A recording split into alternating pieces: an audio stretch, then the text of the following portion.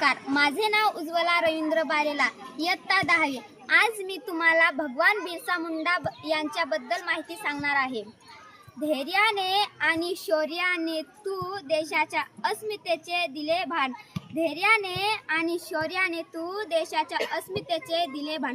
धरतीचा देव तू देशासाठी दिले बलिदान, देशासाठी दिले बलिदान।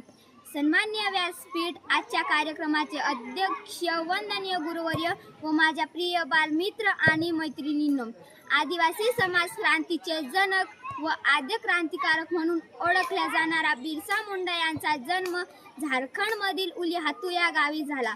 बिरसा यांना अभ्यासाबरोबरच बासरी व टुईला वाजविणे, नृत्य, नकला व चित्रे काढणे इत्यादी गोष्टीत आवड होती। सोबतच ते धनुर्विद्या व नेमबाजीचाही सराव करायचे।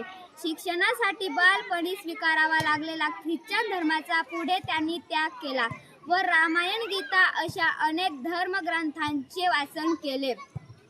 बिरसा मुंडा यांनी इंग्रजांच्या काड्या धोरणांचा जाहीर निषेध केला व इसवी सन 1900 रोजी इंग्रजांविरुद्ध विद्रोह करण्यासाठी घोषणा केली। बिरसा मुंडा यांनी जमातीच्या विविध गटांना एकत्र आणून इंग्रजांविरुद्ध लढण्यासाठी प्रेरित केले। त्यांचा विद्रोह दडपून टाकण्यासाठी इंग्रजांनी अटक केली। सर्वसामान्य जनतेवर अन्याय करणारा इंग्रज अधिकारी, सरकार, ठेकेदार व जमीनदार यांच्या विरोधात आक्रमक पवित्रा घेतला व या आंदोलनाला हुलगुलान असे म्हणतात। अशा या महान क्रांतिकारकाचा मृत्यू 9 जून 1900 मध्ये रांची येथील तुरुंगात झाला।